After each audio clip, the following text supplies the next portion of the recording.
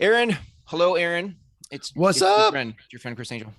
We're back with another episode of Repurpose, and our second guest ever in the history of this podcast is I would call you my friend Michael. I felt like we spent a lot of time in hot seats together. Michael Maher, from Referco and the 7 levels of communication is our guest today. Hi, Michael.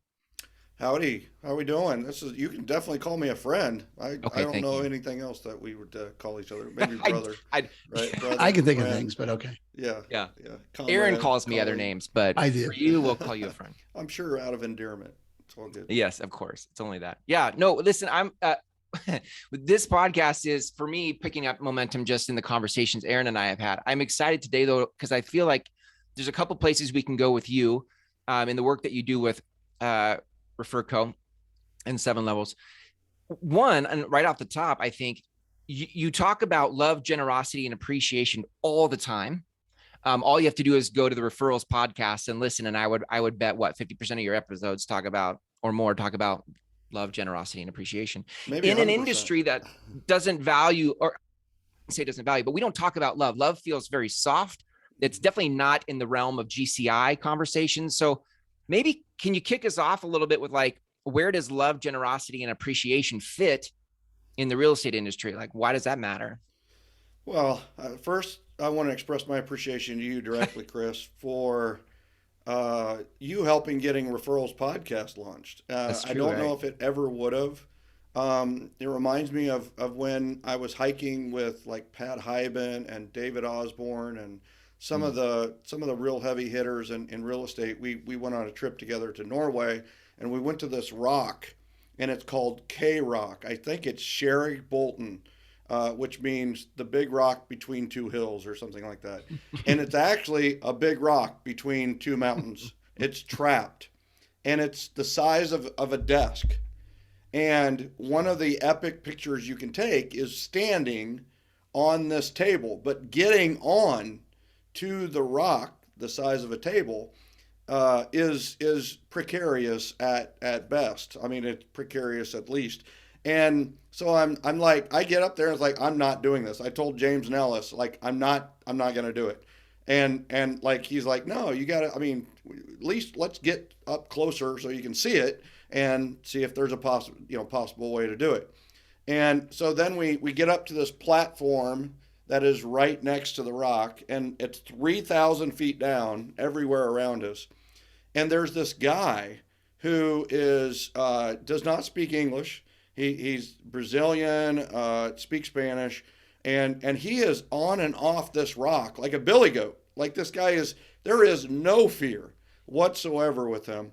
And I loved his confidence and his attitude, and he wasn't too flippant with it either. He wasn't, he didn't take life lightly.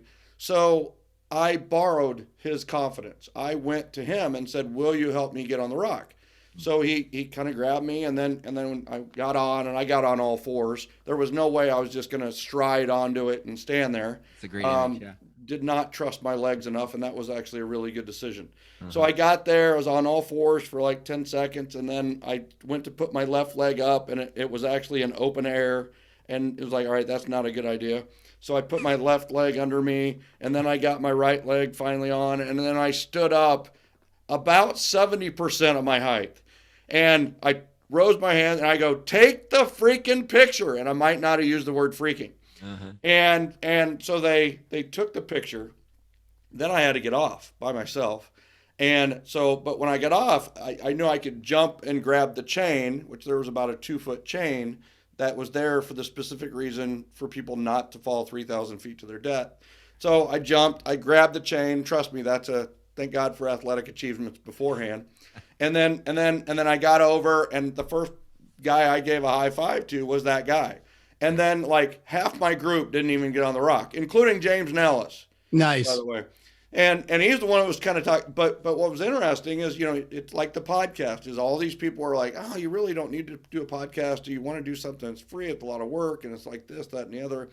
And then I get to this precarious point, and then there's an angel, Chris Angel, and Chris Angel helps me get onto the rock, and we do the freaking first episodes, and Uh-huh. then I got to go on my own. and I jump and grab the chain, and I'm a better person for it. And we have this top 100 podcast in the world with Referrals Podcast, and it all started because I could borrow on Chris's confidence. That's awesome. And that's true. I truly want to express that appreciation. Thank you. Yeah. I'm not sure if it ever would have happened. And the conversations we got to do early on were terrific because the viewers and listeners were also new, just like Chris.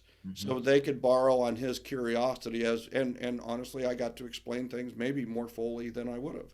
Yeah. So that's awesome. huge. Thank and you. the podcast is huge for us. Yeah, it's so great.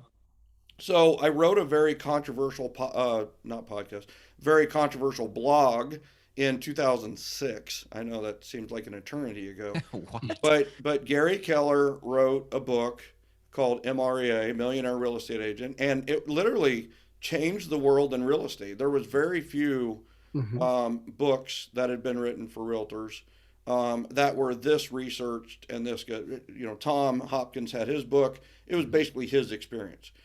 MREA was hundreds of people's experience.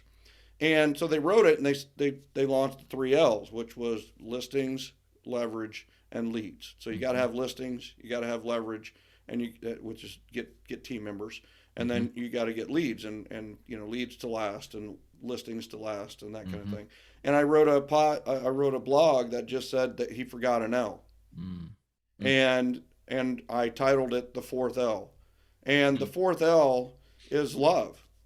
And I truly believe he missed that in the book, that love has to be one of the L's in business, because if you don't love doing it, you won't do it.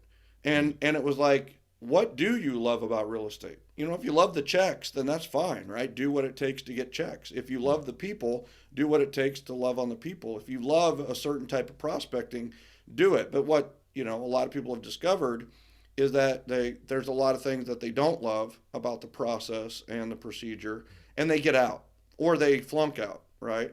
And I truly believe it, like school, it wasn't the student that failed, it was the system that failed. And the system needs to be based on love and what they love to do and how to love on people. And they're going to do it. I mean, do what you love what you do. Yeah. And that's the thing is what I teach is, take the pieces of this business that you love and maximize them and master them, and take the things you don't love and delegate it and leverage it, or just don't do it. And I believe there's a lot of power in love, and it's not soft. It's tough. It's the right decision. It's the long-term decision, Yeah. And from that, generosity and appreciation are just branches of love, in my opinion. Love, and then there's generosity, which is love in action. And we have the principle of give massive value first. And so give first. Give your best stuff first, and look to give first, look to help first. And then if they choose to reciprocate, then be ready to be an appreciative receiver as well.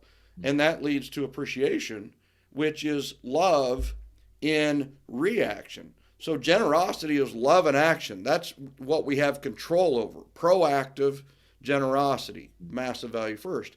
We don't have control of what happens to us, around us, for us. Whatever happens to us, around us, for us, we need to be in appreciation of, even the bad stuff. The good stuff, the neutral stuff, the bad stuff. And appreciation is love in reaction to everything that happens to us. And if we will react in love with appreciation, it's amazing how quickly we can cope, respond, take advantage, be opportunistic, and just bounce back and be resilient. So love, generosity, and appreciation are the three values we're founded on, and we found businesses on them. And we've also found that founding your life on those three values makes it a little bit better life. Wow. Fabulous. I feel like And that's our show. Thanks for everybody. I appreciate thanks you for coming coming. out. You got the That's rock, perfect. the big That's rock. so good. I just sitting with it's so. Now, hold on a second. What are your 3Ls? So RePurpose is new to a lot of people. I mean, this is the second episode or the second guest. I don't even Second want to know guest. who your first choice was for your first guest. I don't even want to know. Don't even It wasn't our freaking tell me. choice, No, Michael. I You don't weren't even want to know. available sooner. It Let's better get have freaking straight been about it. Oprah or You Tony were our Robbins first or choice. God or Jesus. I'm just Okay. telling you.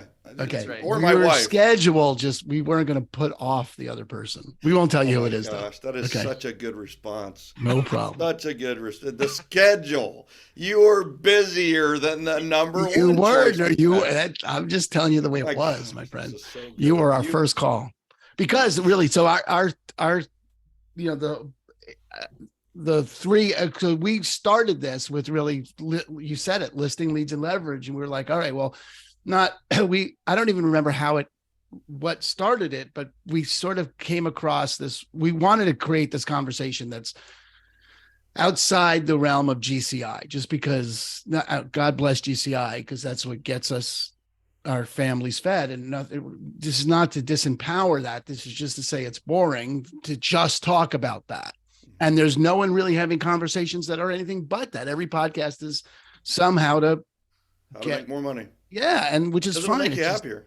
yeah, but it's just, boring to just talk about that. And we wanted to have a conversation for really creating leadership and legacy, and how to leverage your existing business and what you're already doing that's working, and the entire reality that you've built in your business, into how to leverage that into really making a dent in the world, your legacy.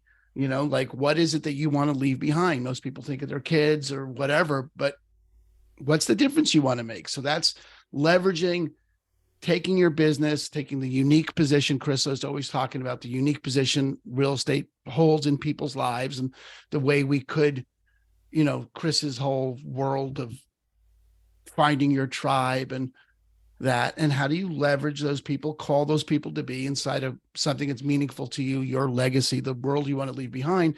And what's required there is what we would consider leadership. You would need to provide out in front, creating a conversation that hasn't happened yet. That would be leadership. And the whole thing is housed, those three L's. So rather than listing, leads, and leverage, we're talking leadership, legacy, and leverage.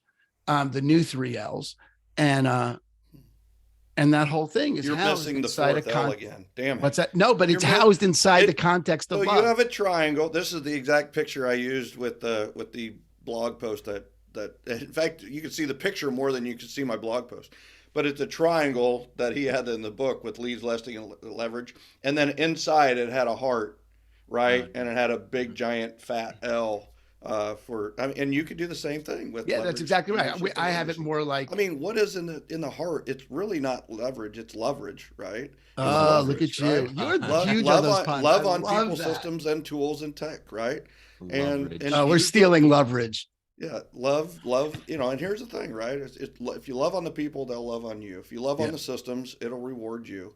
If you love on the tech and the tools, then guess what? And there's some people that just love tech and they love the different tools. So it's beautiful stuff. And the same thing with, leadership and legacy, right? Leave a legacy of love, right? And lead and be a leader and lead with love. And I think love isn't weakness, right? Love isn't soft.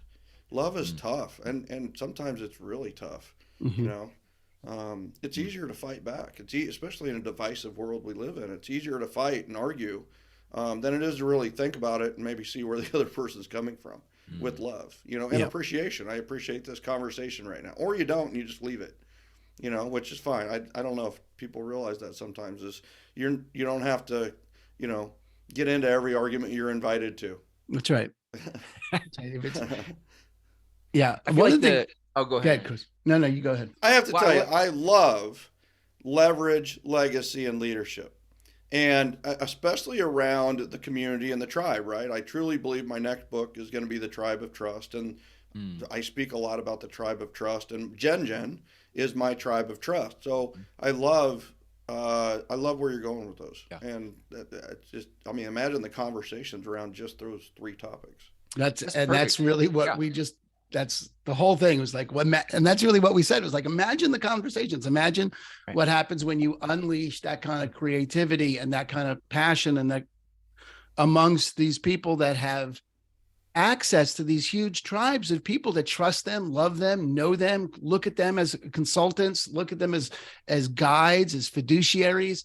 And if you were standing for something that really mattered to you, that you loved in this context, it's an enormous force of good, and to really unleash something. And that's really sort of what we're interested in seeing, if that comes back, if there's the echo back to us from having created this.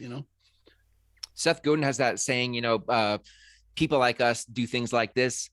And when I think about in the real estate space, agents like us do things like this, or talk about things like this, and so there is this, to your point, there is this tribe of trust. I love that. There is this coming together around a shared value, a shared vision, a common direction. And I think it's, Aaron and I have part of our premise is that in the gravitational pull of GCI, it's very hard as an individual agent to get outside of that gravitational pull to start something different than that. But coming together, and to use your phrase, to come together in a tribe of trust, there you get momentum that you otherwise don't have individually. And I think one of the things I like about what you do in Referco is you've said you're an events-based company. And this is what I was going to ask about. Good. Well, there's just there's an element to how you bring the people together. The events that I've seen your clients, your agents use, they're not real estate events. They're appreciation events. So to leverage your business for the social impact you want to make fits with making a difference in the world, making a dent in the world that has nothing to do with GCI. Go build a database of people who are your tribe of trust, whose lives are pointed in the direction you're pointed. And let's go do something bigger than GCI is my point. Mm-hmm. Well, I mean, you brought up 5,000 different points, right? The event, first of all, on the events is we are an event-based business, and we teach company, but honestly, totally forthright, events are what we lead with to help them get to where they want to go, which is love, generosity, and appreciation. Yeah. And, we really have a referral mastery system, which has 3 pillars. One is self-mastery, which is growth, 1 to none, right? Our 1 to none strategy is, your time management, your rituals, your 30 mornings, your sweet dreams, which is the Sunday night ritual, your growth plan. What are you doing to learn on a regular basis? And FLY is our acronym for self-mastery, which is first love yourself. That frozen? You both frozen me. I don't know if that's frozen. No, you're frozen. You're frozen. What's going to come out in the recording? Yeah. Okay. Yeah. So first love yourself. And then we have relationships mastery, which is the 1-to-1 pillar within referral mastery. And relationship mastery is how do you do in 1-to-1, either Zoom or 1-to-1 networking or listing presentation, buyer consultation, any of your 1-to-1, even in a conversation, it's a 1-to-1 relationship mastery type of conversation.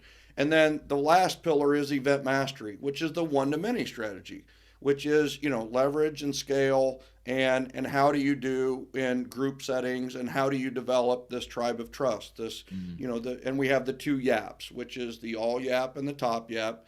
And the all YAP is the yearly appreciation plan for everyone you know or meet. And that's for everyone, right? And then you have your top YAP, which is your yearly ambassador program. So the acronym is different there. Yearly ambassador program is because, you know what? People who have referred you, have influence, are the leaders. They need more of your time and deserve more of your time. And what we don't want to do is forget them. We have to make sure we spend the time, energy, effort, and money on the upper echelon, our top people. And that's what the top YAP is for. And we have 52-week plans for both of those. So for everyone and also for the top people and you have 2 plans that you execute on a weekly basis to develop your tribe of trust and develop leaders within your tribe of trust, and so that's kind of the the referral mastery system in a nutshell, that we do. And then the other part of it too is that I love where you're coming from on the leaders, because when you signed up to be a professional realtor, you instantly signed up to be a leader, whether you liked it or not. You're going to lead people through transactions, no matter what, or you're going to get out. You won't be a leader. You've got to be a leader. People are looking to your agency, which is such a powerful word for Aaron. Agency, by definition, is leading someone through something. So you are the agent. You are the one who is agent of influence, agent of change, agent of better, agent of whatever, the gap. You're really the agent of the gap from where they are to where they want to be, almost a coach, so to speak. So it's one of those where, all right, you're going to be a leader. I'm going to show you how to be the leader of your tribe of trust using self-mastery, relationship mastery, and event mastery. Yeah. That's good. And that is, definitely been my, we just met face to face this morning, but that's been my relationship to you, is that's who you are. That is the kind of leader you've been in my experience in my life, is the leader showing me how to be that with others, and, to create a tribe of trust and to create those nurturing long-term relationships. Hang on. That's super annoying. Didn't even hear it, by the way. Okay, Didn't fine. even notice. Fine, Mike. I totally heard it.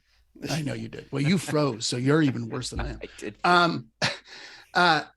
And then really what we're interested in here is, we all have that possibility. We all have that in every one of us. And I think what you said, Michael, is so spot on, is that it's a great way for brokers to train their agents too, to think about training their agents from, is that you're not training. It's funny, I just wrote this to someone, like the opportunity of developing realtors as leaders, which I think is going to be way more important given whatever the fallout of the federal lawsuits are and how that thing shakes out in reality.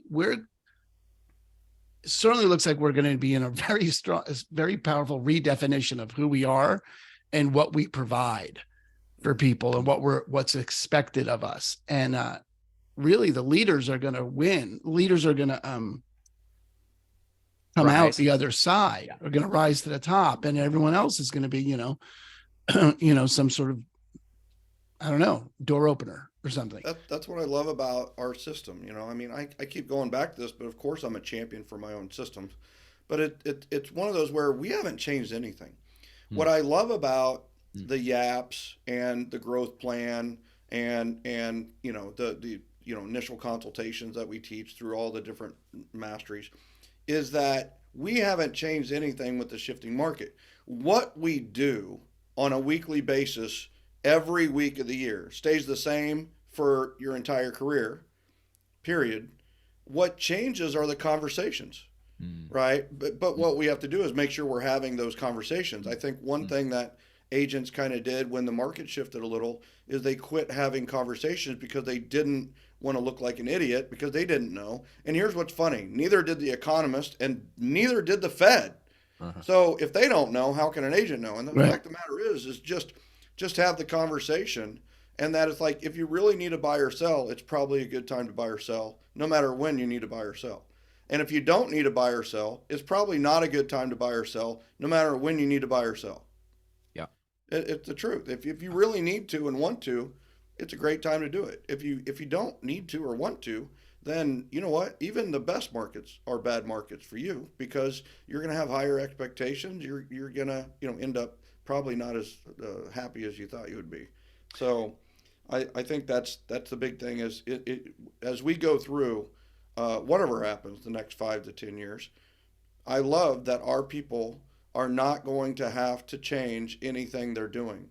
The method is the same forever, and there's a power to that, to having that true north of a thing to do.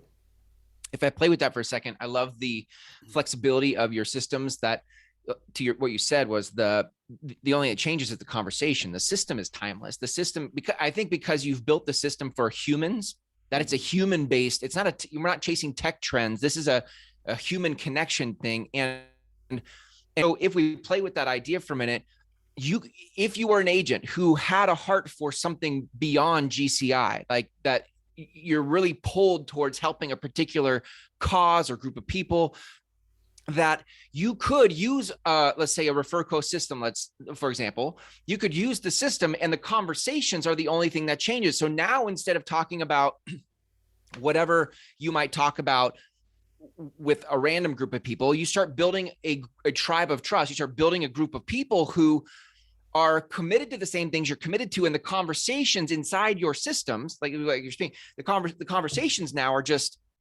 about the thing that you both have in common, which is let's go make a dent in the world this particular way. I think that's indestructible. And this is why Aaron and I talk about leveraging your business to make the difference. It's not an addition to, it's not a separate project from, it is through the business with this kind of intention that actually makes the dent in the world. Yeah. Anyway, I just love that your systems allow for that. Yeah. So for example, the All Yap is really based around 3 events. If you look at it as 3 mountains through the year, the top of the mountain, and really the top of the mountain is the top of energy in your database. And if you look at them, like let's say we do an event in April and July and November. Well, what we're doing before April is going to be, planning, inviting, and then confirming, which are conversations, right? I truly believe the number one conversation is an invitation.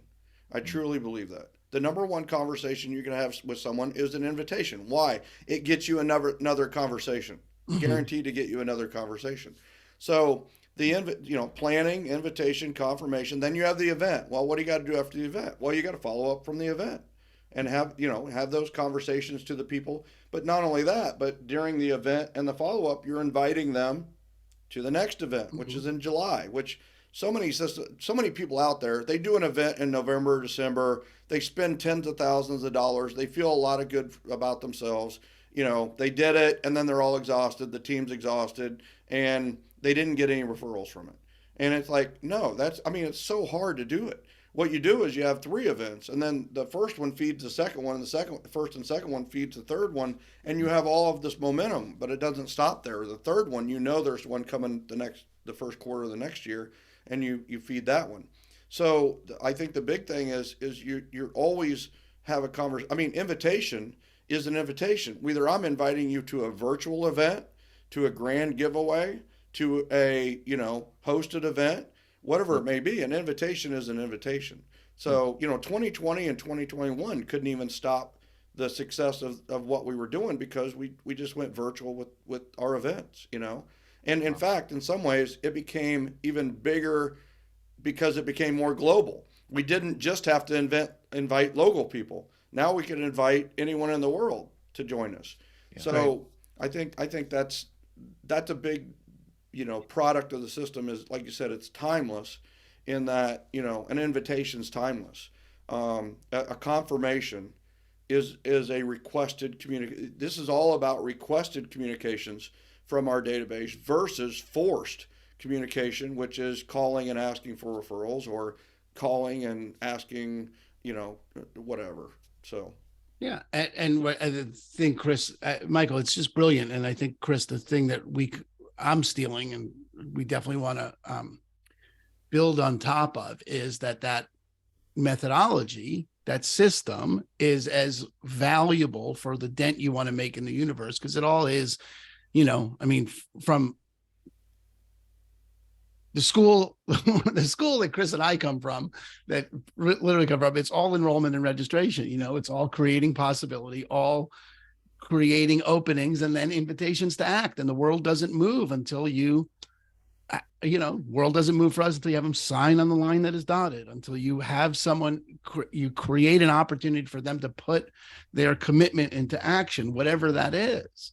And you're right, Michael. Those conversations then open up all the objections, any spaces. And then if we're talking about contracts, we're talking about creating an event, we're talking about fulfilling on the difference you want to make in the world. It's all that system, that design will make that difference. is right there. So I love it. Well, and you've got it with your 3 L's, right? I mean, you've got the structure. And here's the other thing is that, you know, I think part of what you guys are thinking is that, you know, this is the niche for a few, but this is the niche for the survivors is really it. This people are going to have to do this to keep their business going, right?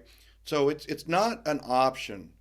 The way I explain it to a lot of people is, all right, we've been transactional forever, and you know, people a lot of times now they're on stage and they go, it's all about relationships, right? And the other 2 or 3 panelists go, it's all about relationships. And the moderator goes, it's all about relationships. And the audience goes, it's all about relationships. While me in the back, I'm going, okay, what the heck does that mean? Like, what does that mean? And it's like, it's you're going to be nice, you're going to be friendly. Like, okay. But here's the thing is I truly believe that we don't stop at relational. Don't just say, you know what, we're going from transactional to relational. What I believe is you go from transactional through relational to transformational. How can you transform the people's lives that come to you for a reason? And I truly believe the transformational answer is a community. It's a tribe of trust. It is something where they can meet like-minded great people. They can change their life for the better by getting married to someone in the group, by getting a job, you know, through someone in the group, by selling their 1927 Rolls Royce through the group, right? Because they're part of this group, their lives are better. And the transformational is we need to not see our clients as a transaction or even a relation, but actually, like, how can we transform their lives to the better? And you know, the way to do that, I believe, is through Referco and the referral mastery system and the way we flow it. And here's what happens is we need to quit thinking of clients as clients and relationships as relationships, because we all have relationships, right? And we poop on all of them anyway, right? So how many people have you not called today that you probably should call? And the answer is a lot of people. Okay, well, that's okay. So we need to go from relational to referrals is what we really need to do. Well, what if I told you the byproduct of building a business that transformed people was going to be more referrals than you could ever handle? And I mean more referrals than you could ever handle. We just had somebody get 333 referrals in 8 weeks. Wow. They were not geared to get 333 referrals in 3 weeks or in 8 weeks. So, you know, guess what? They're in transformational phase. They're transforming themselves while they're also transforming their people. Yeah. So, that's, you know, I'm just a believer in that we can transform people and transform their lives to better. And this is not what we're talking about is not for a few. What we're talking about is make this change or die, basically. Because you know what? I mean, cold calling is going to very soon be just totally illegal. It's already being stopped from a million different ways. And door knocking is rapidly going away, and they have do not knock lists like in New Jersey and other places. And really, quite honestly, no solicitation signs, you know, are everywhere. Right. And I'm in a part of a sales group, and they're just like, yeah, I love no solicitation signs. That means they're weak. That means I'm going to get a sale. That's where I'm going. I look for no solicitation signs. And I'm like, all right, they should be turned in for solicitation, right? That's the type of people. In our neighborhood, I love it. There's a solicitor, they call the police. Wow. And it's done, right? And it's like, that's the future, right? Is people are more scared than ever of strangers. And guess what? Maybe Mama was right when she said, don't talk to strangers. What if you had a business plan that was totally predicated on friends and friends of friends? Yep. And if I could add to that, friends and friends of friends, in the context of what Aaron and I are saying here, with a common direction. Like there are, I have a lot of friends in my life, but many of them are not headed where I'm headed. And so when I have conversations with them, and this may just be me, because I'm not great with small talk. I want to have a meaningful, deep conversation. When I meet with friends who are acquaintances or we just don't have that much in common. There's not much to do there. So there may be a transaction, maybe, but the ones I really want to hang with, the ones I want to go the distance with, and the ones I want more of are the ones who are headed in the same direction as me. Because now there's leverage in the conversations we have. There's leverage and economies of scale in the things we're up to. The events I hold, for example, can now have much more thematic purpose to it. So yes, friends and friends of friends who are headed in the same direction to me is, it gets me excited. I'm pretty pumped about that. Yeah, it's the height of leverage there. That's what that speaks to, and it's fabulous. I really do feel like there's a ton out of this that I'm going to steal. Specifically, Michael, I just really do appreciate the thought and the thinking and the work. It's really moving to me that you and your family have put into designing systems and test them and have them work and have them, look, there's planning and there's execution, and the level at which you've executed on your plans and brought them into the world, it's what has me be a fanboy, but I really just appreciate, I want you to know, I personally appreciate that. And I don't, that's like the work that nobody knows you did, there's countless hours you spend at 3, 4, 5 in the morning, getting up early to freaking write and get it done. And then to test it and see if it works. And it's not lost on me. I appreciate that. Well, I appreciate your appreciation. And that's the truth, because, here's the thing, like we talked about earlier, that love is a weakness, right? And that's such a myth. And it's like, you know what? Master love, master generosity, and master appreciation. And by the way, generosity doesn't mean financial. There's really 7 gifts of generosity we have. Only one is treasure, which is the money we have we can give. But it's one of those where I hope everybody took note of how great you did at expressing appreciation. And you did it in a public forum. And what's interesting about that is, first of all, I do appreciate it from the bottom of my heart. And I could feel your appreciation. But it takes a strong person to express appreciation in a public format like this. Chris is here, and a weaker minded person might have thought, well, I wonder if Chris is okay with this, or, I wonder, whatever, or if I express appreciation, does it make me sound like I'm weaker or lesser than another person because I'm exalting them, or I'm saying I'm a fanboy of them? Does that make me lesser than them? And here's the fact of the matter is it's easy to champion a champion. So go first. And so by you championing me, what the listeners and viewers might have mentally, either subconsciously or consciously, they might have been more attracted to you, Aaron, because you expressed appreciation and you championed me. Because here's what we subconsciously think or process, is that if I become friends with Aaron and I do a good job, he is going to publicly champion me in front of others. Why do I know that? Because I just saw him do it with Michael. So I want to be friends with Aaron. I want to get to know Aaron better because he's like that. And so please note that appreciation is not coming from a weaker stance. Appreciation is coming from a stronger stance. I'm so strong that I can express my appreciation in a heartfelt manner. Yeah, thanks. Yeah, your social intelligence is higher. The more you learn how to express appreciation, the higher your social intelligence will go. So good. So good. Well, Michael, I could probably, you should be a guest every week. I just think we should probably unpack. But my schedule is so freaking busy. Well, maybe we can get Ethan back. We can get Ethan back. Yeah. Right. This thing you're saying, I think you're right. I think you won't have another option. I think the world is tribing down. I think people are trying to find their pockets of safety and security with people they now know and trust.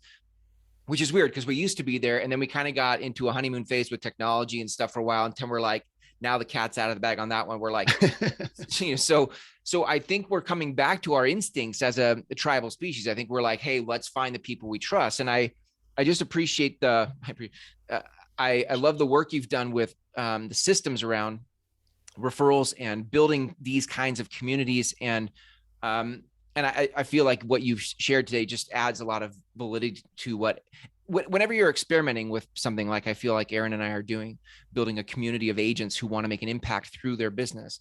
There's this thing that's like, is this crazy?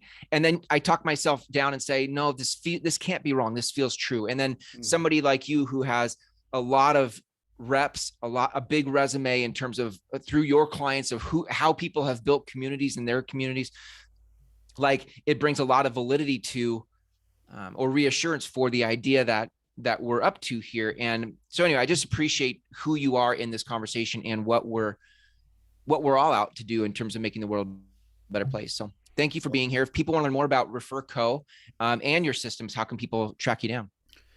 First and foremost, the easiest way is joingengen.com. So joingen.com. That's why I'm so excited about your repurpose.group/invite and the group that you're developing and what you're doing there is because you're building your tribe of trust within that element, and love that.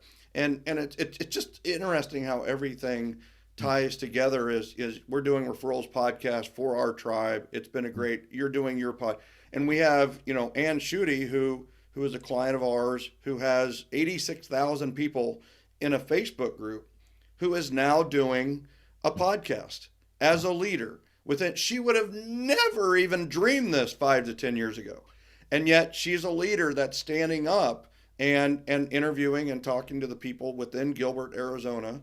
And our group, Go Gilbert, I encourage people to get into it because 86,000, it might be over 86,000 people now. Wow. And she's built a phenomenal tribe of trust there, and a phenomenal business is the result of her leading with love, generosity, and appreciation. And I just want you guys to know that what you're doing is real. It's authentic. It's like you said, it feels right. And I'm a follower, and I'm whatever I can do to help, and I'm here to help. Fabulous, Michael. Appreciate your time. Yeah. We know your busy schedule. Michael, thanks for being here. Aaron, yeah, in your busy schedule. Michael, thanks for being here. Aaron, always good to see you. Until next time, see ya. Peace.